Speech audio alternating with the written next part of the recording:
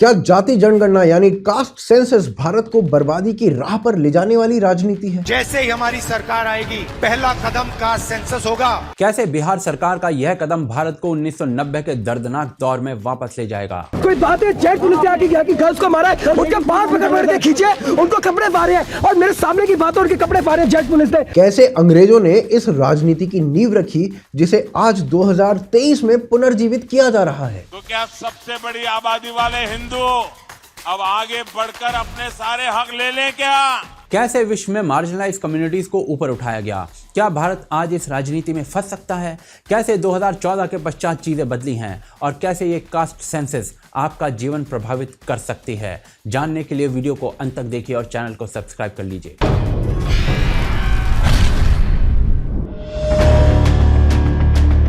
देश में एक नया विष बोया जा रहा है। नाम है कास्ट बेस्ड सेंसस, यानी जाति के आधार पर किसकी कितनी संख्या है। बिहार की सरकार ने 2 अक्टूबर 2023 को जाति के आधार पर की गई जनगणना को रिलीज किया। क्या निकल कर आया इस रिपोर्ट में? पहली बात यह कि बिहार की जनसंख्या 13 करोड़ है। इसमें से पिछड़ा वर्ग यानी कि ओबीसी बिहार में 63% है। इन्हें भी यदि बांट दिया जाए तो 27% पिछड़ा वर्ग है और 36% अति पिछड़ा वर्ग है। 15% वो जनसंख्या है जिसे अगड़ा वर्ग कहा जाता है। शेड्यूल कास्ट 19.7% और शेड्यूल ट्राइब यानी कि अनुसूचित जनजाति 1.7%। यदि इसे जाति वर्ग से इतर होकर केवल इंडिविजुअल जाति में बांटा जाए तो 14% यादव हैं, 4% कुशवाहा और 3.5% ब्राह्मण और राजपूत हैं। परंतु सेंसस तो हर 10 साल में होते हैं, तो इस जनगणना पर इतना हल्ला क्यों मचा हुआ है? क्योंकि यह नकारात्मक रूप से ऐतिहासिक है। क्यों? क्योंकि 1947 में स्वाधीनता के बाद 1951 से 2011 तक जितनी भी जनगणना करवाई गई हैं भारत में, उनमें जाति के आधार पर जनगणना नहीं होती थी। अनुसूचित जाति और जनजाति के नंबर्स अवश्य होते थे, परंतु पिछड़ा वर्ग, अति पिछड़ा वर्ग और जनरल कास्ट के नंबर्स कभी नहीं दिए गए। पहली बार किसी राज्य सरकार ने वो कार्य किया जो अंग्रेज किया करते थे। 1931 तक भारत में जितने सेंसस हुए उसमें कास्ट मेंशन की जाती थी। 1941 के सेंसस में भी कास्ट आधारित गिनती हुई, परंतु उसे सेंसस में छापा नहीं गया। क्यों? क्योंकि उस समय के सेंसस कमिश्नर ने कहा था कि इस काम में बहुत पैसा बर्बाद होता है और ये किसी काम नहीं आता है। इसका समय निकल चुका है। 1941 में अंग्रेज कह रहे थे कि इस एक्सरसाइज का जो है वो समय निकल चुका है। आज 2023 में कुछ लोग हमें वहीं ले जा रहे हैं। देश के सामने एक ही मुद्दा है, कास्ट सेंसस। ओबीसी कितने हैं और उनकी भागीदारी कितनी होनी चाहिए? क्या अचीव करना चाहते हैं इससे? बिहार सरकार के अनुसार यदि जाति से संबंधित जनसंख्या उनके पास होगी तो वो सरकारी वेलफेयर स्कीम्स को समाज के हर वर्ग में उचित मात्रा में बांट पाएंगे।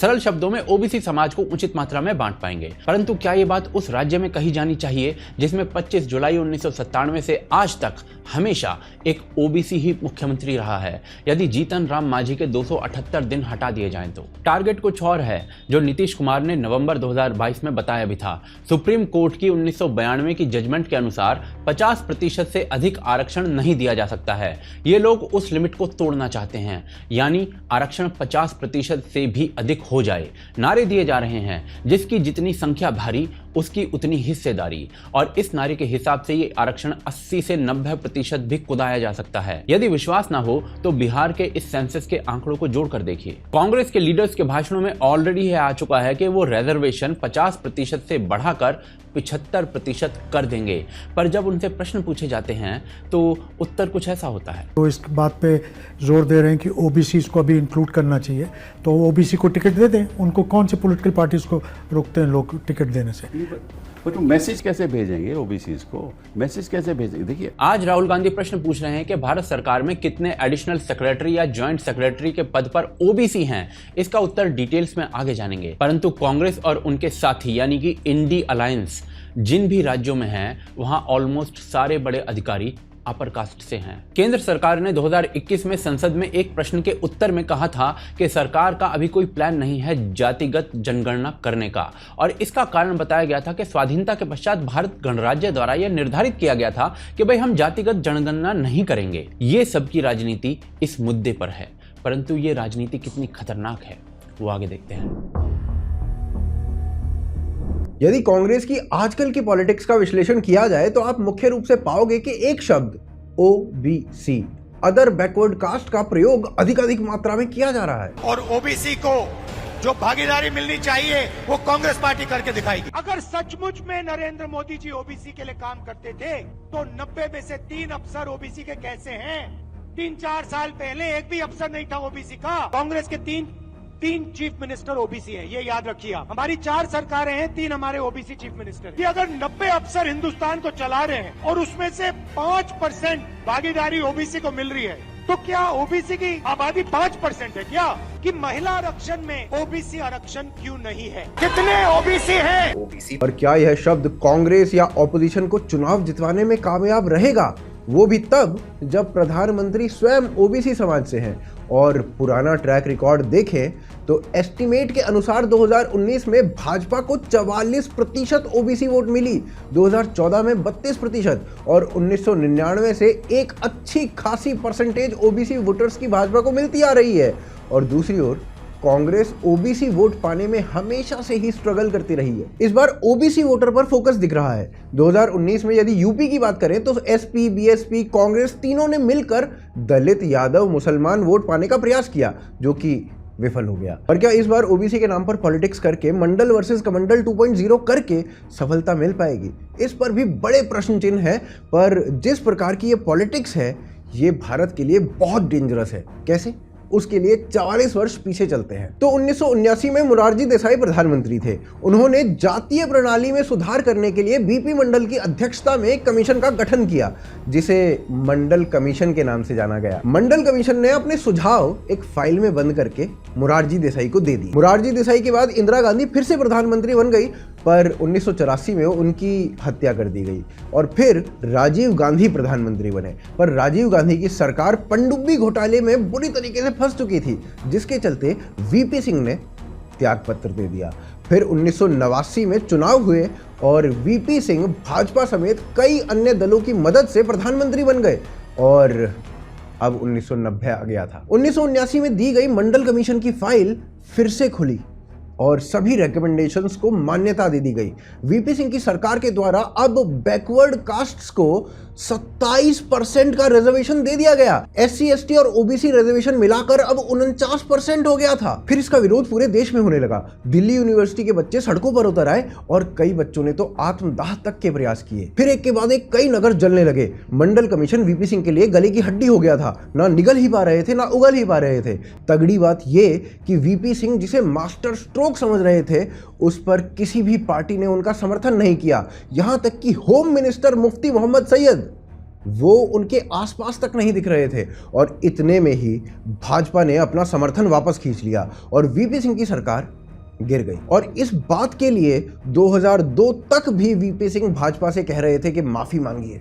और भाजपा के समर्थन खींचते ही इंडिया टुडे ने 1990 में एक आर्टिकल छापा, भाजपा मिलिटेंट हिंदू कार्ड के रिवाइवल में लगी हुई है। अब वीपी सिंह की सरकार तो गिर गई, पर वीपी सिंह द्वारा लिए गए उस डिसीजन को जिसे किसी ने सपोर्ट तक नहीं किया था, उसे वापस लेने का साहस भी किसी सरकार में नहीं था। भाजपा ने 1990 में ही राम मंदिर के लिए यात्रा शुरू कर दी थी। ये जो रथ है, लोक रथ है, जनता का रथ है, जो सोमनाथ से चला है और जिसने मन में संकल्प किया हुआ है कि 30 अक्टूबर को वहां पर पहुंच करके कार सेवा करेंगे और मंदिर वहीं बनाएंगे। और 1991 का आम चुनाव मंडल वर्सेस कमंडल का रहा। और कमाल की बात यह कि इन चुनावों में कांग्रेस के पीवी नरसिम्हा राव प्रधानमंत्री बने। 364 सीट जीतकर भाजपा को 120 और वीपी सिंह को, जिन्होंने पूरा कार्ड खेला, उन्हें मात्र 59 सीट मिली जनता दल को। और फिर शुरू होता है जनता दल के टूटने का खेल। चंद्रशेखर ने जनता दल से टूटकर एक नई पार्टी बनाई, जनता दल समाजवादी। चंद्रशेखर की पार्टी में मुलायम सिंह यादव भी थे। फिर मुलायम सिंह यादव चंद्रशेखर की पार्टी से टूटकर समाजवादी पार्टी अलग बना गए। 1992 में चौधरी अजीत सिंह ने भी जनता दल से अलग होकर आरएलडी यानी रालोद, राष्ट्रीय लोक दल का गठन कर लिया। 1994 में जनता दल से अलग होकर जॉर्ज फर्नांडिस और नीतीश कुमार ने समता पार्टी बना ली। 1996 में कर्नाटक में एक नई पार्टी का उदय हुआ, नाम था लोक शक्ति पार्टी। और ये पार्टी भी जनता दल के नेता रामकृष्ण हेगड़े ने जनता दल से त्याग पत्र देने के बाद शुरू करी। 1996 में हरियाणा की रीजनल पार्टी आईएनएलडी या इनेलो या कहें इंडियन नेशनल लोक दल, ये भी जनता दल की टूट का नतीजा थी। 1997 में लालू ने जनता दल से अलग होकर राष्ट्रीय जनता दल बना ली। 98 में नवीन पटनायक ने जनता दल का साथ छोड़कर उड़ीसा में बीजू जनता दल शुरू कर दी और फिर 99 में जनता दल का अस्तित्व ही समाप्त हो गया। इसके अंतिम दो हिस्से हुए, जनता दल यूनाइटेड शरद पवार की पार्टी और जनता दल सेक्युलर एचडी देवेगौड़ा की पार्टी। अब आप इन सभी पार्टीज जो जनता दल से अलग होकर बनी, इन पर फोकस करोगे तो आपको सीधे रूप से केवल और केवल जातीय पॉलिटिक्स होती हुई दिखाई देगी। आरएलडी, आईएनएलडी की जाट पॉलिटिक्स या फिर लालू मुलायम की यादव पॉलिटिक्स। इन सभी रीजनल पार्टीज ने जातीय समीकरण बनाए जिससे हिंदू समाज और टूटा और देश में आपसी बैर और अधिक बढ़ा। और ये राजनीति किस प्रकार से देश को विनाश की ओर ले गई, इसकी जड़ी कहां से निकली, वो आगे देखते हैं। जो राजनीति मंडल कमंडल के समय हुई थी वही आज करने का प्रयास किया जा रहा है। उस समय भारत जला था, अनेकों प्रदर्शन हुए थे, कितने ही छात्रों ने आत्मदाह किया था या उसका प्रयास किया था। राजीव गोस्वामी 70% शरीर जल गया था और उसके 10 साल बाद दम तोड़ा था। मंडल कमंडल पॉलिटिक्स ने कास्ट पॉलिटिक्स को एक भयानक रूप दे दिया था। तिलक, तराजू और तलवार, इनको मारो जूते चार जैसे नारे यूपी में लगे और बिहार में भूरा बाल साफ करो जैसे नारे लगे, यानी भूमिहार, राजपूत, ब्राह्मण और लाला, इनको साफ करो। 90 के दशक में इसी राजनीति के कारण देश में स्टेबल सरकारें बनने में परेशानी आई, देश को असीमित नुकसान हुआ। आज वही दोहराने का प्रयास चल रहा है, परंतु क्या यह आज संभव है? भारत के सो कॉल्ड बुद्धिजीवियों का ये एनालिसिस सुनिए। Our implicit model of how political mobilization happens in India was something like the following. It said India has regions, languages, castes. Each of these is an independent locus of social identity. Those natural locus of mobilization that we used to take for granted as brakes on a project of cultural consolidation have exhausted their course. इनके अनुसार cast का relevance जितना पहले था उससे काफी कम हो चुका है, हिंदुत्व का रेलेवेंस बढ़ रहा है। और ये गलत नहीं कह रहे हैं। अजीत अंजुम ने एक सामान्य गांव की नारी से पूछा कि कौन सी बिरादरी से हो। उनका उत्तर सुनिए। अच्छा बताओ, नाम क्या आपका? मेरा नाम पूजा है। पूजा, तो किस बिरादरी के लोग ज्यादा हैं यहाँ? आप लोग किस बिरादरी के हो? हम हिंदू हैं। आप लोग किस बिरादरी के हो? हम हिंदू हैं। पहले माहौल ऐसा था कि ऐसा पूछे जाने पर एक सामान्य व्यक्ति अपनी कास्ट का नाम ले लेता था और इसी माहौल को दोबारा लाने का प्रयास है ये पॉलिटिक्स जो आज चल रही है। परंतु अब ये मुश्किल है। भारत का वो स्वरूप आज नहीं है जो 1990 में था। SC, ST, OBC students higher education में अप्रत्याशित ग्रोथ दिखा रहे हैं और वो इस जहरीली राजनीति को समझते हैं। 1990 की राजनीति को दोहराना अब मुश्किल है। 2019 में यूपी में एक्सपेरिमेंट करके देखा भी गया था, जब मायावती और अखिलेश यादव ने SC, ST, OBC वोट्स को एक करने का प्रयास किया था। रिजल्ट सबको पता है, भारत बदल चुका है। परंतु 1990 में भारत इस राजनीति के भेंट कैसे चढ़ गया था? कारण इतिहास में है। ब्रिटिश काल में कास्ट सिस्टम को कोडिफाई किया गया था। कैसे, वो अगले अध्याय में जानेंगे। परंतु इस कोडिफिकेशन के पश्चात अपर कास्ट जो अंग्रेजी पढ़ने लगा था उसे अंग्रेजी सिस्टम में नौकरियां मिलने लगी, वही बड़े बड़े अफसर बनने लगे, जमीनें उनके नाम पर आवंटित हुई और ये एक सिस्टम बन गया। जब ऐसा होने लगा तब 1932 में ब्रिटिश प्रधानमंत्री रैमसे मैकडॉनल्ड एक नीति लाए जिसे कम्युनल अवार्ड कहा जाता है, जिसके अनुसार एक स्पेशल रिप्रेजेंटेशन दलित, पिछड़ा वर्ग, अल्पसंख्यकों या एंग्लो इंडियंस को दिया जाएगा। इससे एक ऐसा सिस्टम बना जिसमें चुनावी सीट्स SC, ST या अन्य वर्गों के लिए आरक्षित होने लगी और इन सीट्स पर वोटिंग भी इन्हीं वर्ग के लोग कर सकते थे। परंतु इससे प्रशासन या राजनीति में पिछड़े वर्ग का डोमिनेंस नहीं बढ़ा। 1947 के बाद भी अच्छा खासा रिप्रेजेंटेशन अगड़े वर्ग का था, जो टूटना आरंभ हुआ 1980 के दशक से। आज देश के प्रधानमंत्री एक OBC हैं, देश की राष्ट्रपति एक ट्राइबल महिला है और अंग्रेजी कालखंड में बना सिस्टम काफी हद तक टूट रहा है। प्रश्न ये उठता है कि आज की जहरीली राजनीति को जन्म देने वाला और लोगों को जाति में तोड़ने वाला ये सिस्टम अंग्रेजों ने कैसे कोडिफाई किया, वो आगे देखते हैं। भारत में अंग्रेजों के आने से पहले भी जातियां थी, पर यह जाति व्यवस्था उस प्रकार से नहीं थी जैसे इन्हें अंग्रेजों ने बना दिया और जिस प्रकार से हम आज इन्हें देखते हैं। इसे समझने के लिए हमें इतिहास में जाना होगा। 1931 गांधी एक राउंड टेबल डिस्कशन में बैठे हुए थे और फिलिप हर्टोग उस डिस्कशन का पार्ट थे। गांधी ने बोला, अंग्रेजों ने इस देश की एजुकेशन सिस्टम को समाप्त कर दिया है और आपके कारण ही आज भारत में इतने निरक्षर लोग हैं। फिलिप हर्टोग उठे और उन्होंने कहा कि या तो आप क्षमा मांगिए या फिर आप प्रूव कीजिए। गांधी ने तुरंत उत्तर दिया कि जो आपने भारतीय एजुकेशन का सर्वे किया था, उस सर्वे के आंकड़े आप यदि सामने ला दें तो अपने आप सब कुछ प्रूव हो जाएगा। अंग्रेजों ने वो आंकड़े रिलीज नहीं किए। फिर लंदन की लाइब्रेरी से धर्मपाल जी ने स्वतंत्रता के बाद वो पेपर्स निकाले जिन्हें एडम्स रिपोर्ट भी कहते हैं, और जो कुछ उसमें लिखा था वो अचंभित करने वाला था। ये आप अपनी स्क्रीन पर वर्धमान डिस्ट्रिक्ट के कुछ आंकड़े देख रहे हैं। कंपैरिजन ये किया गया है कि उस डिस्ट्रिक्ट में मिशनरी स्कूल में लोअर कास्ट के कितने बच्चे आते हैं और भारतीय परंपरा से चलने वाले स्कूल, जिन्हें आप गुरुकुल भी कह सकते हैं, उनमें कितने बच्चे आते हैं। एडम ने पाया कि मिशनरी स्कूल में 749 में से मात्र 86 बच्चे आ रहे हैं, वहीं भारतीय पारंपरिक स्कूल में 749 में से 663 बच्चे लोअर कास्ट के आ रहे हैं। पर क्या केवल ये सिनेरियो मात्र इसी स्थान पर था?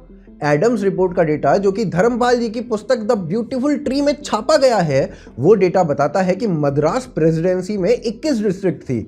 ओडिया डिस्ट्रिक्ट में भारतीय पारंपरिक स्कूल में 808 बच्चे ब्राह्मण थे, 243 बच्चे वैश्य थे और 1001 बच्चे शूद्र थे। मालाबार डिस्ट्रिक्ट के भारतीय पारंपरिक विद्यालयों में अपर कास्ट के बच्चे टोटल बच्चों में मात्र 20% थे, वहीं शूद्र 54% थे। बेल्लारी डिस्ट्रिक्ट के विद्यालयों में 63% शूद्र और ब्राह्मण और वैश्य मिलाकर 33% थे। सभी एक साथ बैठकर एक जैसी पढ़ाई करते थे और इसी प्रकार का डेटा आपको बंगाल, बिहार, पंजाब की डिस्ट्रिक्ट्स में भी दिखाई देता है। एक बड़े फेमस मिशनरी थे बर्थोलोमस जगनबाल्ग। उनका कहना था 1708 में कि भारतीय स्कूलों से पढ़े बच्चे, चाहे वो शहरों के हों या गांवों के, सब स्थानों पर एक जैसी ही क्वालिटी मिलती है।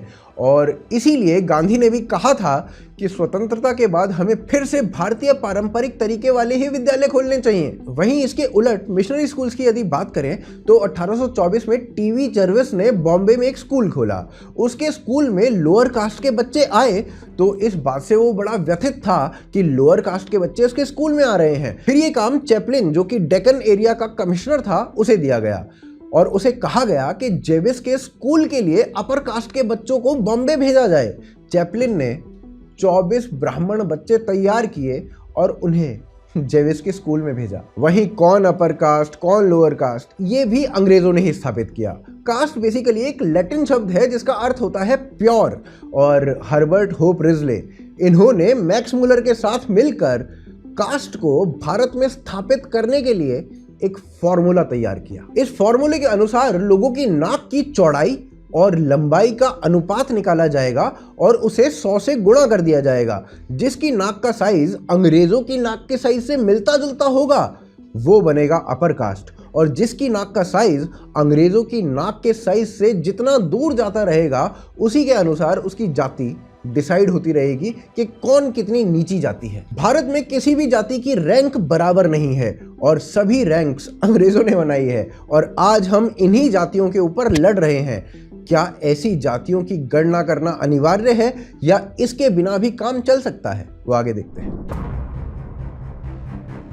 भारत में हुई जातिगत जनगणना के पीछे चुनावी पॉलिटिक्स है, जिसे हर पार्टी अपने अपने स्तर पर भुना लेती है। पर इसके पीछे का कारण आपको बताया जाता है कि सरकारी सुविधाएं और वेलफेयर स्कीम्स को लोगों तक पहुंचाना है। परंतु क्या ये कार्य बिना जातिगत जनगणना के नहीं हो सकता? कुछ उदाहरण देखते हैं। 2013 में देश में केवल 38% लोगों के पास टॉयलेट की सुविधा थी। आज लगभग सबके पास है। क्या इसमें ओबीसी या SC/ST समाज को टॉयलेट नहीं मिला होगा? 2011 में केवल 44% भारतीयों के पास बैंक अकाउंट था।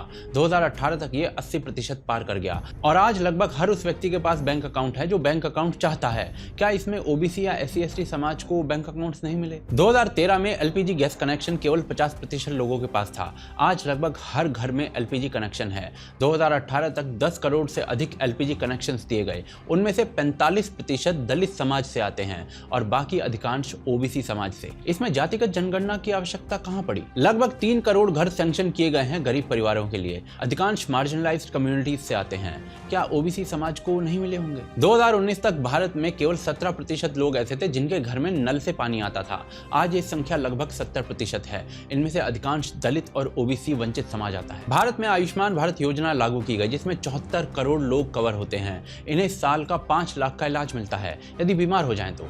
इन 74 करोड़ में से 80% सोशियो इकोनॉमिक कास्ट सेंसेस यानी कि SECC के अंतर्गत आते हैं। अधिकांश दलित या पिछड़ा वर्ग या आदिवासी है। क्या कोविड के 100% टीकाकरण के लिए जातिगत जनगणना की आवश्यकता पड़ी थी भारत को? बेसिकली ये सभी गवर्नमेंट की स्कीम्स हैं और ऐसी अनेकों स्कीम्स हैं और सफलतापूर्वक इंप्लीमेंट की गई हैं और इनकी सफलता के पीछे का कारण है टेक्नोलॉजी का सफल प्रयोग, जैसे कि DBT स्कीम में पैसे सीधे बैंक में आना, टेक्नोलॉजी के प्रयोग से बीच की दलाली को खत्म करके। इसके अलावा इंटेंशन की भी बात आती है।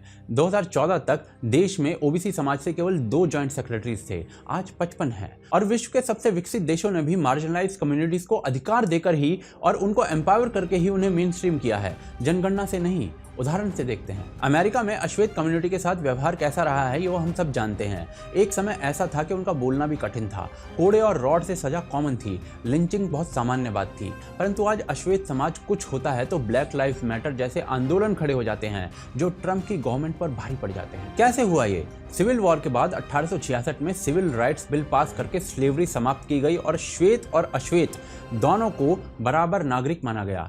1868 में 14th अमेंडमेंट के द्वारा कानून की नज़रों में सबको बराबर बनाया गया और अफ्रीकन अमेरिकन्स को सिटीजनशिप भी मिल गई। 1870 में 15th अमेंडमेंट की गई और कहा गया कि कोई भी व्यक्ति को रंग जाति के आधार पर वोट देने से नहीं रोका जा सकता। अश्वेत लोगों को वोट देने का भी अधिकार मिला। इन अधिकारों के पश्चात अश्वेत समाज को सरकारी स्कीम्स का भी लाभ मिलने लगा और धीरे धीरे बात यहाँ तक पहुँच गई कि श्वेत और अश्वेत बच्चे एक साथ पढ़ने लगे। USA के लोगों के भीतर रंगभेद आज भी एक स्तर तक हो सकता है, परंतु अश्वेत कम्युनिटी आज बराबर के अधिकारों पर जीती है। नस्ल के आधार पर रिजर्वेशन वहां इलीगल है, इसमें जनगणना की आवश्यकता नहीं पड़ती। अधिकार देने और टेक्नोलॉजी के प्रयोग की आवश्यकता होती है और भारत में यह ऑलरेडी हो रहा है। सरकारी स्तर पर सुविधाएं दी जा रही हैं, परंतु इसका यह मतलब नहीं है कि बीजेपी जातिगत राजनीति नहीं करती है। 2018 में रक्षा मंत्री राजनाथ सिंह की एक मीटिंग में यह कहा गया था कि ओबीसी वर्ग की जनगणना की जाएगी। राजनीति में सब लिप्त हैं, परंतु इंडिया अलायंस अब इसे खतरनाक रूप दे रहा है।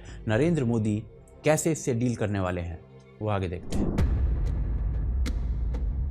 जब बिहार से ये पॉलिटिक्स प्रारंभ हुई और कहा गया कि जितनी जिसकी संख्या उतना उसका प्रतिनिधित्व, तो पॉलिटिकली तभी लग गया था कि ये फुल टॉस बॉल दे दी गई है और अब इस पर जैसा शॉट मारना चाहो मार सकते हो, क्योंकि ये आंकड़े दिखाकर आप बता रहे हो कि बिहार की असली माइनॉरिटी तो ब्राह्मण, ठाकुर, बनिया, कुर्मी, कायस्थ आदि हैं और मेजॉरिटी मुसलमान समाज के लोग हैं। तो इन जातियों के लोगों को माइनॉरिटी स्टेटस मिलना चाहिए और माइनॉरिटी कमीशन को एक्चुअली इन अल्पसंख्यक जातियों के लोगों के लिए नीतियां बनानी चाहिए। और यदि ये ऐसा नहीं कहना चाह रहे तो ये इन सभी जातियों के लोगों को हिंदू बता रहे हैं और इसे प्रधानमंत्री मोदी ने चुनावी रैली में कुछ इस प्रकार से भुना लिया। जरा कांग्रेस वाले स्पष्टता करें, क्या आबादी के हिसाब से हक मिलेगा क्या? तो क्या अल्पसंख्यकों को कांग्रेस हटाना चाहती है क्या? तो क्या सबसे बड़ी आबादी वाले हिंदू अब आगे बढ़कर अपने सारे हक ले लें क्या? अब प्रश्न ये कि इनका दलित हिंदू नहीं है। दलित हिंदू है या नहीं है? नहीं, दलित हिंदू नहीं, दलित हिंदू नहीं है, नहीं, बिल्कुल नहीं। जाट हिंदू नहीं है, मैं हिंदू मानता, जाट हिंदू कभी रही नहीं। लिंगायत हिंदू नहीं है, Lingayat should be considered a separate religion. ये सब बातें जो ये वर्षों से बोलते आ रहे हैं, अब बताइए कैसे बोल पाएंगे? सनातन कुछ नहीं है, सनातन है तो जाति है, जाति ही शाश्वत है, सनातन कुछ नहीं। अब इसके अलावा दूसरी प्रॉब्लम ये कि यदि जातीय गणना हिंदुओं की करी तो यही जातीय जनगणना मुसलमानों की क्यों नहीं करी गई? मुसलमानों में भी तो जातियां हैं और उनकी अपनी भी बहुत सारी बड़ी बड़ी प्रॉब्लम है जिनका कोई सुध लेता ही नहीं है। फिर तीसरी बात ये कि अभी तक ऑपोजिशन और उनकी मीडिया का जो स्टांस है वो यही है कि इस देश को मेजॉरिटेरियनिज्म से बचाना है। Former Reserve Bank of India Governor Raghuram Rajan, speaking at a university, called the economic situation in the country worrisome and said that the majoritarianism is leading India down a dark and uncertain path. और आज यही लोग caste census ला रहे हैं और कह रहे हैं कि जितनी जिसकी जनसंख्या उतना उसका प्रतिनिधित्व। पॉलिटिक्स वही पुरानी है, हिंदू समाज जातियों में टूटे, मुस्लिम समाज एकजुट होकर वोट करे और पुराने समय की तरह गेम सेट हो जाए। पर इस राजनीति का उत्तर है हिंदुत्व, गरीब वंचित तक सुविधा पहुंचाना, और ये दोनों ही काम नरेंद्र मोदी के स्ट्रॉन्ग पॉइंट्स हैं। हमारे हिसाब से तो दोनों ही प्रकार की राजनीति नहीं होनी चाहिए, परंतु जब एक राजनीति करता है तो दूसरे को रोका नहीं जा सकता, और यही 2024 में होता हुआ दिख रहा है। भारत के लोगों को क्या करना चाहिए? इस प्रकार के किसी भी जातीय सेंसस पर ध्यान ना देकर मूल मुद्दों पर अड़े रहना चाहिए। सरकार से प्रश्न करना चाहिए कि 100% भारतीयों के घरों में नल से जल कब तक पहुंचेगा। प्रश्न विपक्ष से भी होना चाहिए कि भारत के अगले 10 वर्षों में उनका क्या विजन है। प्रश्न होना चाहिए कि इंफ्रास्ट्रक्चर के क्षेत्र में वेस्ट को भारत कब तक पीछे छोड़ेगा। प्रति व्यक्ति आय मिडिल इनकम ग्रुप में कब तक पहुंच जाएगी। भारत तीसरी बड़ी अर्थव्यवस्था कब तक बन जाएगा, और समाज के कुछ तबकों से रेडिकलाइजेशन कब तक निकल जाएगा, और उसके लिए क्या क्या प्रयास किए जाएंगे। यदि आप ये प्रश्न नहीं करेंगे तो वही समय वापस आ सकता है जब हिंदू आतंकवाद जैसे शब्द गृह मंत्री के मुंह से निकलते थे, क्योंकि जिसकी सरकार होती है उसी की सुनी जाती है। आशान्वित हूं कि ये वीडियो आपको अच्छी लगी होगी। आप वीडियो को लाइक और शेयर अवश्य करें। पेट्रियन या यूपीआई के माध्यम से आप हमें सपोर्ट कर सकते हैं। यदि ये वीडियो अच्छी लगी तो स्क्रीन पर दिख रही ये दूसरी वीडियो आपको और बढ़िया लगने वाली है, इसे भी अवश्य देखें। आप देख रहे थे आज की ताज़ा खबर। जय हिंद, जय भारत।